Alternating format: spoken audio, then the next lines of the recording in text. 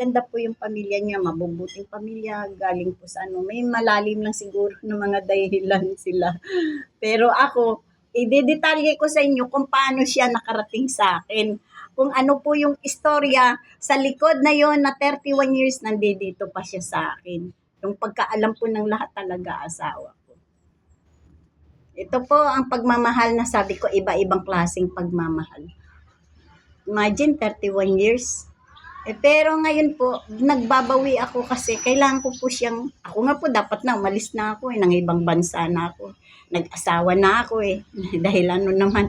Kaya lang, dahil po sa utang na loob kasi mabuting tao siya.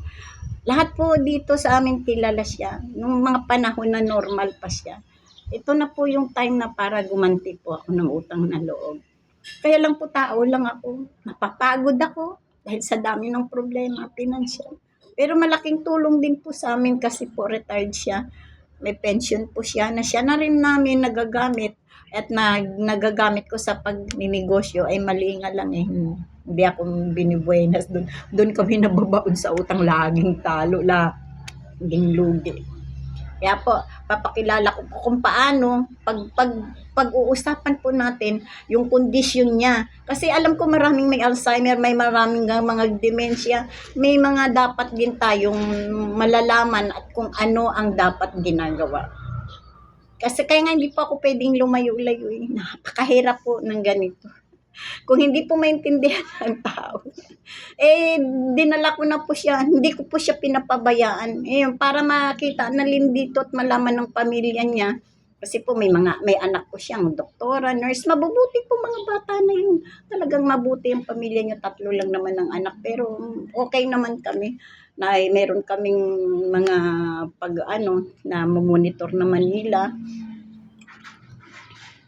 Kaya pag-uusapan muna natin yung kanyang kondisyon, kung anong ginagawa ko at kung ano yung mga ginagawa, yung mga karakteristik ng isang may ganitong kondisyon. Napakahirap talaga. Kaya sabi ko sa inyo, pasan-pasan ko, pero okay lang, basta si Lord lang, hindi ko na inintindi. Sinasayaw-sayaw ko na nga lang, di po ba? Huwag po kayong umalis dito. Siya si retired SPO4 Manuel B. De Los Santos. Ito po ang katunayan na siya isang pulis, isang retirado po. Kung tutusin po, isa din po siya sa ating bayani kasi nagserbisyo po siya ng buong katapatan sa bansang Pilipinas na ito. Kaya ito po siya. Ito din po yung kanyang identification na siya ay isang galing din siya sa army. Yan, ito po. Lahat po nga ng sinasabi ko sa inyo, ididetalye ko sa inyo dahil lahat ito totoo. At yung mga dahilan kung bakit nandito siya hanggang ngayon. Meron po ako, may mga dokumento po akong galing ng Krami. Okay, bye-bye po. Ito po muna kasi hindi ko po pwedeng ididire-diretso pala yung tungkol sa rehabilitation ng anak ko kasi baka matrigger. Malaman niya na pinoproseso ko, makatakbo, mahirap na naman hanapin. Magaling din po yun, kahit walang cellphone yun, gagawa din ng paraan yun na mamonitor niya rin ako. Kaya po medyo iset aside po natin doon. Pag nandun na po siya, yung biglaan na lang na maproseso ko na ng husto, saka ko ibabalikan yung tungkol sa kanya. Sa ngayon po, siya muna po sa pamilya kong ito, siya po yung uunahin ko muna. Okay, ngayon, ito lang kasi mamaya, mahirap po kasi talaga. Mahirap yung may Alzheimer. Mahirap parang bata sila na hindi maintindihin. Hindi po ako nakakatulog ng maayos kasi ang totoo niyan, pag tulog sila, ako gising. Baligtad nga Dahil kailangan ko siyang bantayan dahil pag nakatulog ka at siya nagigising, marami ho siyang ginagawa. Pupunta po siya sa banyo. Kung ano nung mga pinaggagawa. Susundan mo lang, magagalit ka lang. Sasabihin ng doktor na, pasensyahan nyo, yung patience, tao ka lang nga lang. Kaya nga minsan, di ba, nakakamatay ka nga dahil wala kang pasensya tao ka lang, lalo na ngayon ng mga bata. Naku po, maniwala ka.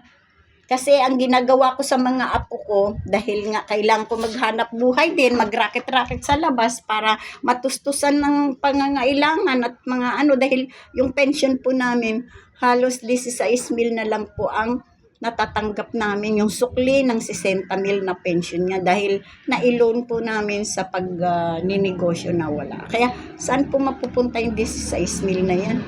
Binabayaran mo kuryente, wifi, eskwelahan, pagkain lang, gamot lang po niya. Talaga hindi naman po lahat libre sa veterans lalo na yung sa mata niyang pamatak. Kahit hindi po ako kakain, kahit hindi po kami kakain, obligado pong hindi namin pwedeng